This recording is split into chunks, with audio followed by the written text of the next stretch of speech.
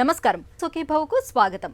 పెద్దపేగు cancer తొలి దశలో గుర్తిస్తే చికిత్స తేలికే, ఫలితాలు కూడా మెరుగ్గానే ఉంటాయి. ఆ మాటకొస్తే పరీక్షల సాయంతో ముందుగానే గుర్తించవచ్చు. అది క్యాన్సర్గా మారకుండానూ చూసుకోవచ్చు.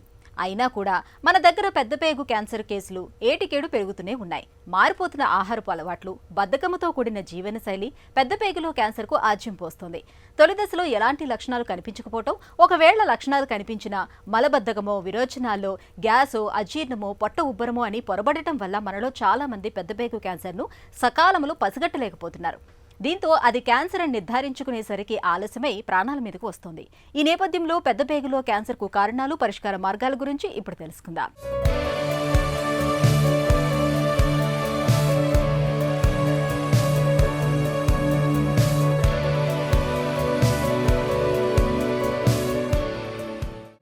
తినడం ఎంత ముఖ్యమో విసర్జన కూడా అంతే ముఖ్యం. ఇందులో పెద్దపేగుదే పెద్ద పాత్ర. జీర్ణాశయం నుంచి వచ్చిన ఆహారంలోని ముఖ్యమైన అన్ని పోషకాలు, విటమిన్లను చిన్న పేగులు గ్రహించాక మిగిలిందంతా పెద్ద పేగులోకి చేరుకుంటుంది. దీనిలోని నీటిని, అలాగే సోడియం, పొటాషియం వంటి ఎలక్ట్రోలైట్లను పెద్ద పేగు శోషించుకుంటుంది.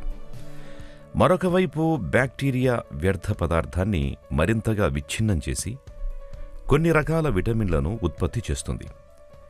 చివరికి వ్యర్థ పదార్థమంతా మలం రూపంలో ముద్దగా ఏర్పడుతుంది. ఇది మలాశయంలోకి చేరుకుని విసర్జన సమయంలో బయటకొచ్చేస్తుంది. ఇలా జీర్ణక్రియ చివరి దశలో పెద్ద పేగు కీలక పాత్ర పోషిస్తుంది. దీనికిప్పుడు క్యాన్సర్ పెద్ద సమస్యగా మారుతోంది. ప్రపంచవ్యాప్తంగా తరచూ కనిపించే క్యాన్సర్స్లో ఇది ఒకటి. మన దేశంలో పురుషుల్లో తలెత్తే క్యాన్సర్లలో 4వది ఇదే అని చెబుతున్నారు డాక్టర్లు. కోలాన్ క్యాన్సర్ అంటే పెద్ద పేగుకు వచ్చే క్యాన్సర్ అండి. ఇది టాప్ 5 క్యాన్సర్స్లో ఒకటి. ఇది మగవాళ్ళల్లో ఎక్కువ కామన్గా వస్తుంది, ఆడవాళ్ళల్లో కూడా వచ్చే అవకాశం ఉంటుంది. సో మెయిన్గా పెద్ద పేగుకి క్యాన్సర్ అన్నది రావడానికి చాలా కారణాలు ఉంటాయి. అందులో ముఖ్యంగా ఊబకాయం రావటం కానీ, వంశపారంపర్యంగా రావటం కానీ, ఎక్కువ రెడ్ మీట్ తినటం కానీ, లేకపోతే ఈ షుగర్, అన్కంట్రోల్డ్ షుగర్స్ ఉన్న వాళ్ళకి కానీ, లేకపోతే వేరే కారణాలు, ఈ పెద్ద పేగుకు సంబంధించిన కొన్ని జబ్బులు ఉంటాయి. అల్సరేటివ్ కోలైటిస్ అని, క్రాన్స్ డిసీజ్ అని, వీళ్ళలో కానీ ఈ కోలాన్ క్యాన్సర్ అన్నది వచ్చే అవకాశం ఎక్కువ శాతంగా ఉంటుంది. చాలా మటుకు కేసెస్లో ఈ రిస్క్ ఫ్యాక్టర్స్ ఏమీ లేకుండా కూడా వస్తూ ఉంటాయి. సో ఏజ్ పెరుగుతున్న కొద్దీ కూడా కోలాన్ క్యాన్సర్ రిస్క్ కూడా సహజంగా నార్మల్ పాపులేషన్లో పెరిగే అవకాశం ఉంటుందండి. వంశపారంపర్యంగా వచ్చే కోలాన్ క్యాన్సర్స్ జనరల్గా చిన్న వయసులో రావటం, రైట్ సైడ్ కోలాన్కి ఎక్కువ రావటం అంటూ జరుగుతుంది. అండ్ క్లియర్గా ఫ్యామిలీలో ఎవరికో ఒకరికి కోలాన్ క్యాన్సర్ వచ్చినట్టు ఉండడం, లేకపోతే స్టమక్ క్యాన్సర్ రావటం అన్నది ఉండే అవకాశం ఉంటుందండి. రెండోది లైఫ్ స్టైల్ ఫ్యాక్టర్స్. అంటే మెయిన్గా ప్రాసెస్డ్ మీట్ కానీ, రెడ్ మీట్ అంటాం. అంటే రెడ్ మీట్ అంటే ఏంటంటే ఈ మటన్ కానీ, బీఫ్ కానీ, పోర్క్ కానీ, ఇవన్నీ రెడ్ మీట్ అన్నమాట. ఆర్ ప్రాసెస్డ్ మీట్, వీటిని బాగా ప్రాసెస్ చేసిన మీట్ కానీ, ఈవెన్ వైట్ మీట్ ఎక్కువ ప్రాసెస్ చేస్తే కూడా వీటి మూలం కూడా నైట్రేట్స్ అన్నవి ఎక్కువ ఉండడంతో ఇవి క్యాన్సర్, కోలాన్ క్యాన్సర్ రిస్క్ని పెంచే అవకాశం ఉంటుంది.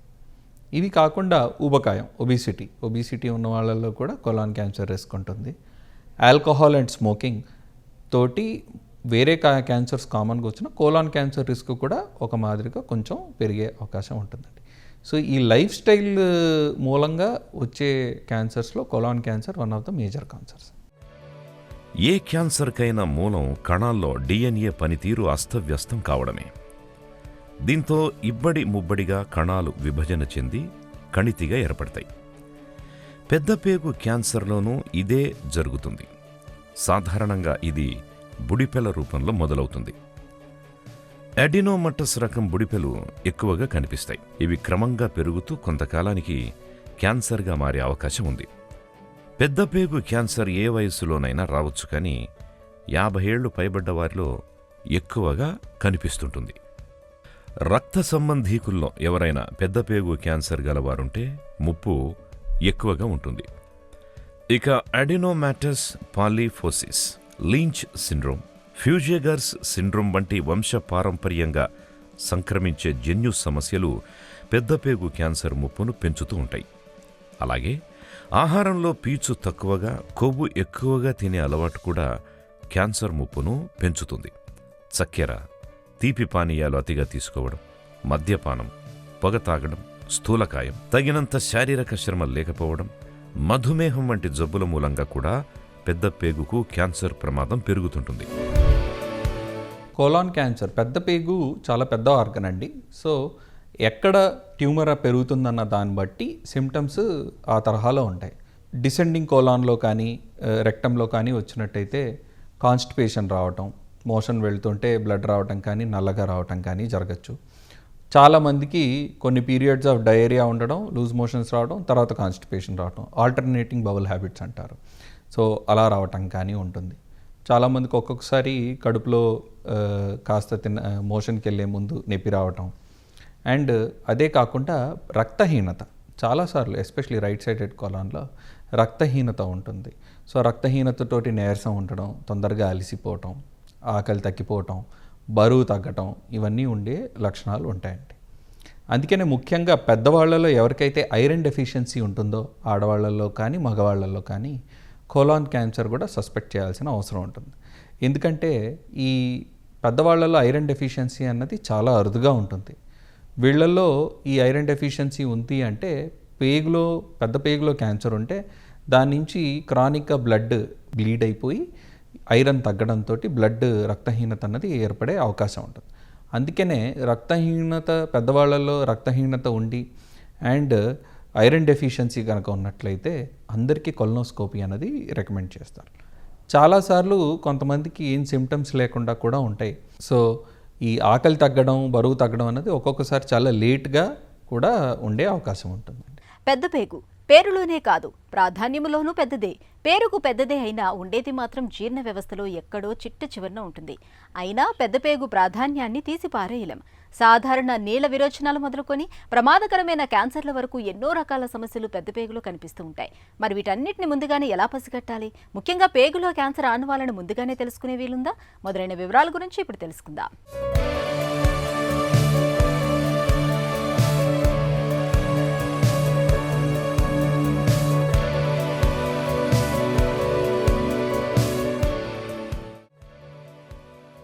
పెద్ద పేగు క్యాన్సర్ తొలి దశలో చాలామందికి ఎలాంటి లక్షణాలు కనిపించవు.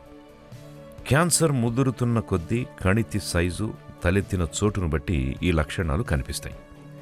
తరచూ మల విసర్జనలో మార్పులు, ఒకసారి విరేచనాలు, మరొకసారి మలబద్ధకం వేధిస్తుంటాయి. మలద్వారం నుంచి కానీ మలంలో కానీ రక్తం పడుతుంటుంది. కొందరికి మలంలో రక్తం కలిసిపోయి విరేచనం నల్లగా కనిపిస్తుంది. అస్తమానం కడుపులో ఏదో అసౌకర్యంగా అనిపిస్తుంది. కడుపు నొప్పి, గ్యాస్, పొట్ట ఉబ్బరం వంటి బాధలు వేధిస్తాయి.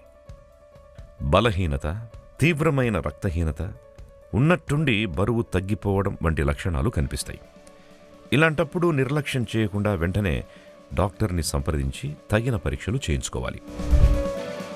పెద్ద పేగులో క్యాన్సర్ ఒకవేళ ట్రీట్ చేయకపోతే అది ప్రాణాంతకం అండి. సో పేగు నుంచి లివర్కి, కడుపులో వేరే భాగానికి, లంగ్స్కి, బోన్స్కి స్ప్రెడ్ అయ్యే అవకాశం ఉంటుంది. సో అలా స్ప్రెడ్ అయినప్పుడు మొత్తం జబ్బు నయమయ్యే అవకాశం తక్కువ ఉంటుంది. అండ్ చాలాసార్లు ఈ పెద్ద పేగులో గడ్డ ఉండి మనం సిమ్టమ్స్ని కనుక నిర్లక్ష్యం చేసినట్టయితే ఆహారం అన్నది, మోషన్ అన్నది పాస్ కాక అబ్స్ట్రక్షన్ అన్నది ప్రజెంట్ అవుతారనమాట. ఆ అబ్స్ట్రక్షన్ అయ్యి పేగు పగిలిందనుకోండి, అది పెర్ఫరేషన్ అంటాం. అలా అయినప్పుడు అది లైఫ్ థ్రెటనింగ్ కాంప్లికేషన్స్ అన్నది కాజ్ చేయగలుగుతుంది. సో అప్పుడు ఎమర్జెన్సీలో సర్జరీ చేసే అవకాశం కూడా ఉంటుందండి. సిమ్టమ్స్ ఎవరికైతే ఉంటాయో, మోషన్ సరిగ్గా రాకపోవటం కానీ, లేకపోతే కొత్తగా ఈ ఆల్టర్నేటింగ్ బౌల్ హ్యాబిట్స్ ఉండడం కానీ, రక్తహీనత ఉన్న వాళ్ళల్లో ఖచ్చితంగా కొలనోస్కోపీ అనే టెస్ట్ చేయించుకోవాలి. సో కొలనోస్కోపీ అనే టెస్ట్ ద్వారా మనకి రెండు విషయాలు తెలుస్తాయి. ఒకటి ఏంటంటే ట్యూమర్ ఉందా లేదా అని తెలుస్తుంది. ఒకవేళ ఉన్నా అది ఒకటే చోట ఉందా, ఎంతవరకు ఉంది అన్నది కూడా ఐడియా వస్తుంది. అదొక్కటే కాకుండా ఆ కొలనోస్కోపీ చేసినప్పుడు ఎవరైతే అది చూస్తారో, ఆ పుండు ఉందో దాన్ని బయాప్సీకి పంపించి క్యాన్సర్ ఉందా లేదా అన్నది నిర్ధారణ అవుతుంది. అందులో కూడా కొలాన్లో కూడా ఏ రకమైన క్యాన్సర్ అన్నది కూడా నిర్ధారించే అవకాశం ఉంటుంది. ఇది కాకుండా అసలు జబ్బు ఉట్టి పెద్ద పేగుకే ఉందా, లేకపోతే ఇంకెక్కడికైనా పాకిందా అన్నది తెలుసుకోవడానికి సిటీ స్కాన్ కానీ, పెట్ స్కాన్ కానీ చేయించుకుంటే జబ్బు ఏ స్టేజ్లో ఉంది, అది స్టేజ్ 1, 2లో ఉందా, లేకపోతే స్టేజ్ 3 కానీ స్టేజ్ 4 కానీ వెళ్ళిందా అన్నది కూడా తెలుసుకునే అవకాశం ఉంటుంది. సో ఖచ్చితంగా colonoscopy, biopsy and CT scan, కనీసం సిటీ స్కాన్ అయినా చేస్తే కానీ జబ్బు ఉందా లేదా అంది, ఏ టైప్ క్యాన్సర్ ఉంది కానీ ఏ స్టేజ్లో ఉంది కానీ మనం తెలుసుకోలేం. బుడిపెలు క్యాన్సర్గా మారకముందే గుర్తిస్తే పెద్దపేగు క్యాన్సర్ని చాలా వరకు నివారించుకోవచ్చు. ఇందుకు కొలనోస్కోపీ పరీక్ష బాగా ఉపయోగపడుతుంది. ఇది సురక్షితమైన, ప్రామాణికమైన పరీక్ష. పేగులో బుడిపెలున్నప్పుడు డాక్టర్ సలహా మేరకు 3 నుంచి 5 ఏళ్లకొకసారి కొలనోస్కోపీ చేయించుకుంటూ అవి క్యాన్సర్గా మారుతున్నాయేమో చూసుకోవడం చాలా ముఖ్యం. ఇక కుటుంబంలో ఎవరైనా పెద్దపేగు క్యాన్సర్ గలవారుంటే 40 ఏళ్లలోనే ముందస్తు పరీక్షలు ఆరంభించాలి. కొందరికి మలంలో రక్తం పరీక్ష, సిటీ కొలనోస్కోపీ, ఫ్లెక్సిబుల్ సిగ్మాయిడోస్కోపీ వంటి ఇతర పరీక్షలు అవసరమవుతాయి. ఇక పెద్దపేగులో క్యాన్సర్ అక్కడే ఉందా, లోపలి పొరలకు వ్యాపించిందా, కణితి ఏర్పడితే దాని సైజ్ ఎంత అనే వాటిని బట్టి దశలను అంచనా వేస్తారు. క్యాన్సర్ పెద్దపేగు లోపల పై పొర నుంచి తర్వాతి పొరకు వ్యాపించినప్పుడు దానిని తొలి దశగా చెబుతారు. పెద్దపేగు బయటి పొరలకి క్యాన్సర్ వ్యాపించినప్పుడు దాన్ని 2వ దశగా పేర్కొంటారు. 3వ దశలో పెద్దపేగు బయటి పొరల్ని దాటుకుని లింఫ్ గ్రంథులకు క్యాన్సర్ వ్యాపించి ఉంటుంది. 4వ దశలో క్యాన్సర్ పెద్దపేగు గోడను దాటుకుని ఇతర కణజాలాలకు కూడా విస్తరిస్తుంది. ఇది తీవ్రమవుతున్న కొద్దీ దూరంగా ఉన్న అవయవాలకు విస్తరిస్తుంది. కోలాన్ క్యాన్సర్లో ట్రీట్మెంట్లో చాలా కొత్తగా మనకి కొత్త ఇన్నోవేషన్స్ ఉన్నాయండి. సో ముఖ్యంగా స్టేజ్ 1, 2, 3 కోలాన్ క్యాన్సర్లో ఖచ్చితంగా సర్జరీతోటే క్యూర్ అవుతాయి. సో సర్జరీ మనం అది ఓపెన్ సర్జరీ చేయటమా, లేకపోతే చాలాసార్లు రోబోటిక్ కానీ ల్యాప్రోస్కోపిక్గా కానీ సర్జరీ చేసి తక్కువ సైడ్ ఎఫెక్ట్స్ తోటి తొందరగా రికవర్ అయ్యేటట్టు కూడా చూసుకోవచ్చు. ఇదే కాకుండా రెక్టల్ క్యాన్సర్ అంటే పెద్ద పేగుకి చాలా కింద భాగంలో కనుక క్యాన్సర్ వస్తే కనుక ముందుగా మనం కీమో రేడియేషన్ అన్నది చేసి ఆ ట్యూమర్ని తగ్గించి తర్వాత వాటికి సర్జరీ అన్నది చేసే అవకాశం ఉంటుంది. సో అవి కూడా ల్యాపరోస్కోపిక్ ద్వారా కానీ రోబోటిక్ సర్జరీ కానీ చేసుకునే అవకాశం ఉంటుంది. సో దట్ మనకి కాంప్లికేషన్స్ కానీ రికవరీ కానీ ఫాస్ట్గా ఉండేటట్టు ఉండే అవకాశం ఉంటుందండి. ఇదే కాకుండా స్టేజ్ 3లో ఉన్న వాళ్ళకి మనకి కీమోథెరపీ అవకాశం ఇవ్వాల్సిన అవసరం ఉంటుందండి. సో వీళ్ళల్లో కీమోథెరపీ అన్నది మనకి జబ్బు తిరిగి రాకుండా ఉండడానికి అవకాశం ఉంటుంది. కొంతమందికి అసలు సర్జరీకి కానీ వేరే రకంగా ఫిట్గా లేని వాళ్ళకి మనం కొన్ని మాలిక్యులర్ టెస్టులు చేయించి ఇమ్యూనోథెరపీ అనే మందులు వాడి జబ్బుని కంట్రోల్ చేయటం, కొంతమందిలో క్యూర్ చేసే అవకాశం కూడా ఉంటుందండి. అదే జబ్బు కనుక స్టేజ్ 4కి వెళ్తే, స్టేజ్ 4లో కొత్తగా మనం ముఖ్యంగా ముందు చూడాల్సింది molecular features of the cancer. So ఆ ట్యూమర్ శాంపిల్ ఏదైతే తీసుకుంటామో దాంట్లో కొన్ని పరీక్షలు రన్ చేసి అందులో ఆ ట్యూమర్ లక్షణాలని బట్టి కీమోథెరపీతో పాటు ఏమైనా టార్గెటెడ్ థెరపీ యాడ్ చేయటం కానీ లేకపోతే ఇమ్యూనోథెరపీ యాడ్ చేయటం కానీ జరుగుతుందండి. సో వీటితోటి జబ్బు కంట్రోల్ అయ్యే అవకాశం ఉంటుంది. కొంతమంది స్టేజ్ 4 క్యాన్సర్ పేషెంట్స్కి అంటే లివర్కి పాకింది, 1-2 చోట్ల ఉంది, వాళ్ళల్లో మనం ఈ మందులు ఇచ్చి జబ్బు కొద్దిగా తగ్గాక సర్జరీ చేసి క్యూర్ చేసే అవకాశం కూడా ఒక 15-20% మందిలో చేసే అవకాశం ఉంటుంది. కాకపోతే చాలాసార్లు స్టేజ్ 4కి పాకాక జబ్బు మొత్తంగా నయం చేసే అవకాశం ఉండదండి. కొంతమందిలో మనం స్టేజ్ 4 అయినప్పటికీ chemotherapy, targeted therapy and surgery తోటి క్యూర్ చేసుకునే అవకాశం కూడా ఉంటుందండి. సో కోలాన్ క్యాన్సర్లో మనకి కొత్తగా వస్తున్న అడ్వాన్సెస్ ఏంటంటే సర్క్యులేటింగ్ ట్యూమర్ సెల్స్, అంటే ఎవరికి కీమోథెరపీ ఇవ్వాలి, ఎవరికి కీమోథెరపీ ఇవ్వకూడదు అన్నది ఒక కొత్త టెక్నాలజీ. సో సర్జరీ అయ్యాక కొంతమందికి సర్క్యులేటింగ్ ట్యూమర్ సెల్స్ అని చెక్ చేసి అవి గనక ఇంకా ఉంటే కనుక వాళ్ళల్లో కీమోథెరపీ తోటి బెనిఫిట్ ఉంటుంది. సో లేని వాళ్ళకి మనం కీమోథెరపీ లేకుండా చూసుకోవచ్చు. అదే కాకుండా మాలిక్యులర్ టెస్ట్, సో మనం ట్యూమర్ శాంపిల్స్ని మొత్తం సీక్వెన్సింగ్ అన్నది చేసి వాళ్ళల్లో కొంతమందికి ఇమ్యూనోథెరపీ, కొంతమందికి టార్గెటెడ్ థెరపీ, కొంతమందికి కాంబినేషన్ ఆఫ్ థెరపీ ఇవ్వడంతో కోలాన్ క్యాన్సర్లో కొత్తగా వచ్చిన అడ్వాన్సెస్ అనుకుంటే ముఖ్యంగా చూసినట్టయితే సర్క్యులేటింగ్ ట్యూమర్ సెల్స్ని మెజర్ చేయడం అండి.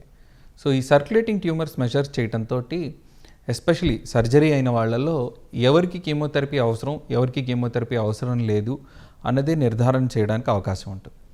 అదే కాకుండా అడ్వాన్స్ స్టేజెస్లో మనం ట్యూమర్ బయాప్సీని మాలిక్యులర్ టెస్ట్ చేసి, అంటే ట్యూమర్లో ఏ టైప్ ఆఫ్ మ్యూటేషన్స్ ఉన్నాయని చెక్ చేసుకుని దాన్ని బట్టి కీమోథెరపీతో పాటు టార్గెటెడ్ థెరపీ యాడ్ చేయటం కానీ, లేకపోతే ఉట్టి ఇమ్యూనోథెరపీ అనే ఇంజెక్షన్స్ ఇవ్వటం కానీ ఇవ్వడంతో జబ్బుని ఎక్కువ రోజులు కంట్రోల్ చేసే అవకాశం ఉంటుంది అండ్ లైఫ్ని ఎక్కువ ప్రొలాంగ్ చేసే అవకాశం కూడా ఉంటుందండి. అదే కాకుండా తర్వాత కూడా ఇవి చేశాక కూడా జబ్బు ఫస్ట్ లైన్, సెకండ్ లైన్ మనం ఇచ్చాక కూడా ఒక్కొక్కసారి కొంతమందికి ఈ మ్యూటేషన్ టెస్టింగ్ తర్వాత కూడా చేయడంతో కొత్త కొత్త మందులు కానీ ఇచ్చే అవకాశం ఉంటుందండి. First line, second line treatment అయిపోయాక కూడా మనం ఈ మాలిక్యులర్ పరీక్షలు అన్నది కొంతమంది పేషెంట్స్లో చేసినట్టయితే సో వాళ్ళలో కూడా కొత్త ఈ టార్గెటెడ్ థెరపీస్ ఏమన్నా వాడే అవకాశం కూడా ఉంటుంది. కానీ వీటన్నిటితోటి జబ్బుని కంట్రోల్ వరకే చేయగలుగుతాం తప్ప మొత్తంగా నయం చేసే అవకాశం అయితే లేదు. అందుకనే ముఖ్యంగా ఈ క్యాన్సర్కి స్క్రీనింగ్ అన్నది మోస్ట్ ఇంపార్టెంట్. సో 55 ఏళ్ళు దాటిన వాళ్ళు 5 ఏళ్లకు ఒకసారి కొలనోస్కోపీ చేసుకున్నట్టయితే ఈ జబ్బుని మనం తొందరగా డిటెక్ట్ చేసే అవకాశం ఉంటుంది. పెద్ద పేగులో క్యాన్సర్ కణితులు పురుడు పోసుకున్నప్పుడు వాటిని తొలగించడం, చికిత్స చేయటం అనేది చాలా కష్టసాధ్యమైన వ్యవహారం. అయితే పేగులో క్యాన్సర్ ఆనవాళ్ళని సాధ్యమైనంత త్వరగా పసిగట్టి అంతే త్వరగా చికిత్స మొదలు పెడితే ఫలితాలు మెరుగ్గా ఉంటాయి. పెద్ద పేగులో క్యాన్సర్కు చికిత్సల గురించి ఇప్పుడు తెలుసుకుందాం.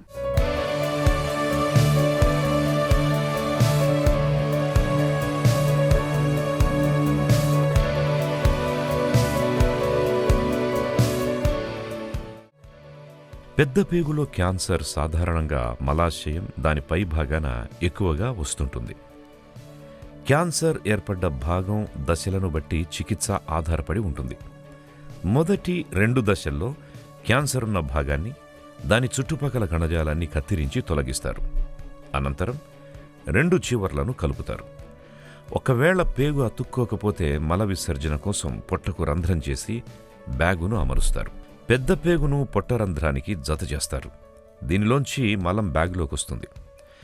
క్యాన్సర్ 3వ దశలో ఉన్నప్పుడు క్యాన్సర్ తలెత్తిన పెద్ద పేగు భాగాన్ని తొలగించడంతో పాటు దఫదఫాలుగా కీమోథెరపీ కూడా ఇవ్వాల్సి ఉంటుంది.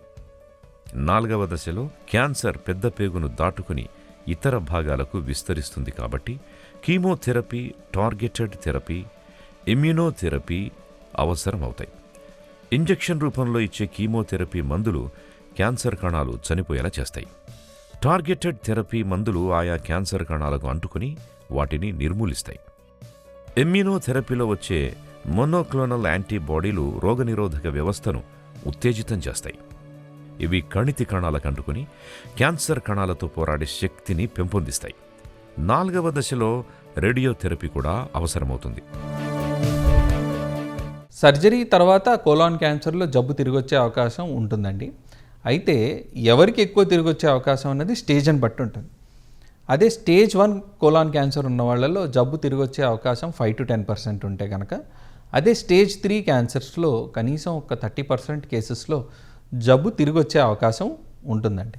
అందుకనే సర్జరీ అండ్ కీమోథెరపీ అయిపోయిన వాళ్ళలో ఖచ్చితంగా రెగ్యులర్గా ప్రతి 3 నెలలకి కానీ 6 నెలలకు కానీ పేషెంట్ని చెకప్ చేయించుకోవటం, రెగ్యులర్గా పరీక్షలు చేయించుకోవటం, జబ్బు తిరిగి వస్తుందా లేదా అని చూసుకోవటం చేయాలి ఖచ్చితంగా. పెద్ద పేగు క్యాన్సర్ని నివారించుకోవడానికి ముఖ్యంగా లైఫ్ స్టైల్ చేంజెస్ అవసరం అండి.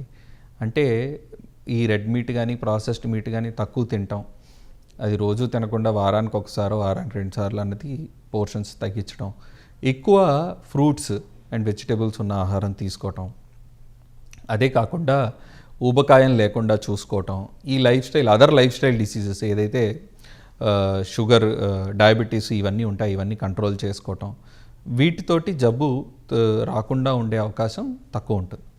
ఇదే కాకుండా వంశపారంపర్యంగా వచ్చే కోలాన్ క్యాన్సర్ వాళ్ళకి అర్లీ స్క్రీనింగ్, అంటే ఎవరికైతే ఈ జీన్స్, ఈ హెరిడిటరీ జీన్స్ ఉంటాయో, ఈ కోలాన్ క్యాన్సర్ వచ్చే జీన్స్ ఐడెంటిఫై అయితే చిన్న వయసు నుంచే, అంటే 40 years 35 years ఏజ్ నుంచే రెగ్యులర్గా స్క్రీనింగ్ టెస్ట్లను చేయించుకున్నట్టయితే కనుక మనం అర్లీ స్టేజ్లో డిటెక్ట్ చేసుకునే అవకాశం ఉంటుందండి. మన శరీర కణాల్లో DNA మారినప్పటికీ అన్నిసార్లు క్యాన్సర్గా మారాలి అనేమీ లేదు. మన ఆహార విహారాల వంటి ఇతరత్ర అంశాలు తోడు కావడం దీన్ని మరింత ప్రేరేపిస్తాయి. కాబట్టి జీవనశైలి మార్పులతో క్యాన్సర్ని నివారించుకోవడం మంచిది. ముఖ్యంగా పొగాకు ఉత్పత్తులకు దూరంగా ఉండాలి. తాజా పళ్ళు, కూరగాయలు ఎక్కువగా తినాలి. మద్యం తాగొద్దు. ఒకవేళ అలవాటుంటే పరిమితం చేసుకోవాలి. మాంసం తినేవారు మితంగా తినాలి. క్రమం తప్పకుండా వ్యాయామం చేయాలి. బరువు అదుపులో ఉంచుకోవాలి. కుటుంబంలో ఎవరికైనా క్యాన్సర్ వచ్చి ఉంటే ముందే జాగ్రత్త పడాలి. పెద్దపేగు క్యాన్సర్ ముప్పును అంచనా వేసుకోవాలి. అధునాతన క్యాన్సర్ చికిత్సల మూలంగా పెద్దపేగు క్యాన్సర్ మరణాలు ఒకప్పటితో పోలిస్తే ఇప్పుడు చాలా వరకు తగ్గాయి. చికిత్సల అనంతరం ఎంతోమంది హాయిగా జీవిస్తున్నారు. 60-70% మంది 5 ఏళ్ల కన్నా ఎక్కువ కాలం జీవిస్తున్నారు. అదే తొలి దశలోనే క్యాన్సర్ని గుర్తించిన వారిలో 90% మంది 5 ఏళ్ల కన్నా ఎక్కువ కాలం జీవిస్తుండడం విశేషం. తొలి దశలోనే పెద్దపేగు క్యాన్సర్ని గుర్తించి చికిత్స తీసుకుంటే చికిత్సా ఫలితాలు మెరుగ్గా ఉంటాయి. క్యాన్సర్లంటేనే ప్రమాదకరం, ప్రాణాంతకం. పెద్దపేగులో క్యాన్సర్ విషయంలో అవగాహన పెంచుకోవడంతో పాటు అప్రమత్తంగా ఉండటం చాలా అవసరం. మల విసర్జన తీరుతెన్నుల్లో మార్పులు కనిపిస్తున్నప్పుడు, మలంలో తరచూ రక్తం పడుతున్నప్పుడు ఆలస్యం చేయకుండా వెంటనే క్యాన్సర్ నిర్ధారించే కొలనోస్కోపీ చేయించుకోవాలి. క్యాన్సర్ నిర్ధారణ అయినప్పుడు సత్వరమే వైద్యం తీసుకోవాలి. ఇక పెద్దపేగులో క్యాన్సర్ నివారణకు చక్కటి ఆహారపు అలవాట్లను పాటించాలి. మలబద్ధకం లేకుండా చూసుకోవాలి.